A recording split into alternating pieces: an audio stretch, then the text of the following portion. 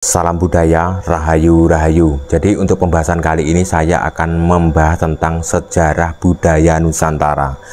Jadi kenapa kita itu harus tahu sejarah kita, sejarah leluhur kita, itu sangat penting. Sejarah itu bisa menjadi pondasi di dalam kehidupan kita, di dalam kita bermasyarakat, di dalam kita tentang ketuhanan atau yang disebut tentang agama tersebut. Jadi kita sebagai orang Jawa itu jangan sampai kita itu tidak tahu sejarah apa yang ada di Jawa. Ya, contohnya seperti di Jawa atau bisa disebut Majapahit tersebut itu punya tokoh yang legenda, yang dikenal di berbagai wilayah yang ada di Indonesia, bahkan sampai ke mancanegara pada waktu itu.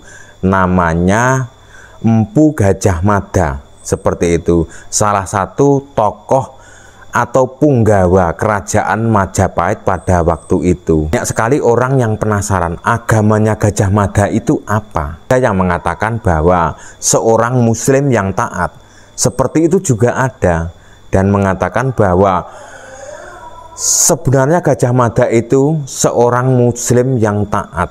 Sebenarnya dia itu kalau mau bisa menjadi raja, tapi dia tidak mau seperti itu. Walaupun saya berkata ini tidak ada di dalam catatan sejarah, tidak apa-apa, seperti itu ya. Jadi itu membuktikan, bisa disebut mengeklaim, atau bisa dikatakan ya kita tidak bisa menuduh ya, atau itu disebut pembeloan sejarah atau tidak ya, kita tidak tahu. Itu tergantung, silahkan para netizen gimana pendapatnya. Kita itu sharing ya, sesuatu yang tidak tahu menjadi tahu. Kalau menurut teman-teman gimana kalau ada orang yang mengatakan bahwa Gajah Mada tersebut seorang muslim yang taat? Di dalam catatan sejarah ini memang ada banyak sekali versi. Seperti kemarin saya membuat video tentang pembeloan sejarah mengenai tentang Candi Borobudur yang diklaim oleh oknum-oknum tertentu mengatakan bahwa itu dibuat oleh Nabi Sulaiman. Dan ada sahabat kita atau saudara kita, saya tidak tahu dari mana asalnya, itu berkomentar, dia sependapat kalau candi tersebut buatan Nabi Sulaiman, soalnya bentuknya yang unik dan tidak masuk akal. Itu ibaratnya kata-katanya dibuat oleh orang Jawa. Manggo kerso Anda berpendapat demikian, seperti itu. Seperti apa yang mengenai tentang Mahapatih Gajah Mada tersebut yang dikatakan seorang muslim yang taat, bahwa Gajah Mada tersebut beragama Hindu karena menurut cerita atau catatan sejarah, dan itu pun juga bisa benar dan itu pun juga bisa salah. Dan ada lagi Mahapatih Gajah Mada itu seorang atau beragama Buddha. Untuk agama Buddha itu akal ya. Jadi di daerah tempatnya di timurnya Mojokerto itu kan ke arah daerah Pasuruan antara Probolinggo.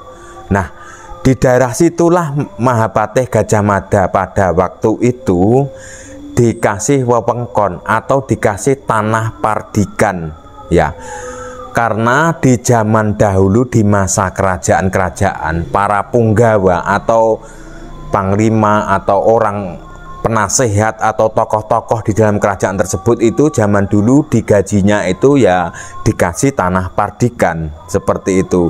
Jadi tanah pardikan tersebut contohnya seperti Ki Ketut Bunjaga Anom atau Ki Ageng Kutu, itu kan dari Majapahit dan asal usulnya leluhurnya dia dari Bali, seperti itu. Dan kemudian dikasih tanah pardikan yang ada di Wengker yang sekarang disebut Ponorogo.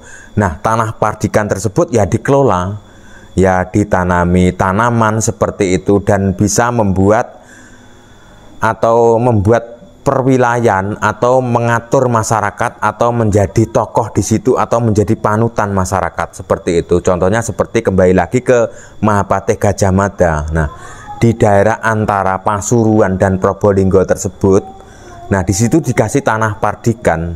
Apakah kerajaan Majapahit itu penganut agama Siwa Buddha, ini bisa masuk akal seperti itu ya. Dan sebagian lagi menurut cerita ini sesuai apa yang saya dengar dari masyarakat. Jadi saya tidak mengambil satu sumber bahwa Gajah Mada tersebut ya agama Hindu dan juga agama Buddha. Nah, dari sisi lain secara lisan dan juga banyak yang mengatakan ya, ini mengatakan tidak hanya orang satu pada waktu itu zaman dulu ya, mengatakan bahwa Gajah Mada tersebut beragama lokal atau agama kepercayaan yang ada di salah satu di Jawa. Nah, namanya apa? Namanya kita itu tidak tahu karena setiap peradaban ya banyak sekali yang berubah atau tata cara untuk beribadah menyembah kepada Tuhan yang Maha Esa tersebut itu memang banyak sekali perubahan seperti itu. Dan yang tidak masuk akal lagi itu Gajah Mada itu menurut masyarakat itu seorang muslim yang taat. Nah, dan pada waktu itu di era kejayaannya Sang Mahapatih Gajah Mada tersebut itu belum masuknya agama Islam ke tanah Jawa. Adapun ada di Nusantara ini ada, tapi masih di pesisir Pulau Sumatera. Ini menurut cerita dari kalangan masyarakat ya. Jadi cerita-cerita tersebut itu juga tidak hanya saya dapat dari sumber lidahnya orang Jawa atau yang diwariskan secara turun-temurun, tapi juga di Sumatera sana mengatakan demikian. Jadi agama Islam masuk ke Nusantara tersebut itu tidak langsung gedebluk ke tanah Jawa, tapi di daerah pesisir Sumatera sana lewat daerah perdagangan lah, istilahnya seperti itu. Dan kemudian masuklah ke tanah Jawa di daerah Gresik. Memang cerita ini benar ya, ada beberapa versi, tapi kalau versinya tidak masuk akal itu jangan dipaksakan atau menggunakan cocok logi seperti itu. Contohnya seperti Candi Prambanan, Candi Borobudur, itu memang mahakarya leluhur kita orang Jawa, orang Nusantara pada waktu itu. Bangunan semegah itu, jadi di tempat sana, di luar sana itu belum bisa membangun bangunan seperti Candi Prambanan, Candi Borobudur itu belum bisa. Di daerah sana masih sibuk untuk mencari makan atau masih berebut kekuasaan tersebut. Tapi di Nusantara ini sudah hidup ayem tentrem. Candi Borobudur dan juga Candi Prambanan itu memang itu dua agama. Untuk Candi Borobudur itu memang agama Buddha dan Candi Prambanan itu untuk agama Hindu. Kemudian menyebar ke timur, masuk ke Jawa Timur ya, ke daerah Kadiri atau Kediri. Nah, kemudian beranak pinak dan tumbuhlah kerajaan Singosari, Mojopahit seperti itu. Akhirnya setiap sejarah itu ya ditulis oleh manusia. Jangan sampai kita sebagai orang Jawa, sebagai orang Indonesia, orang Nusantara itu kita itu buta akan sejarah.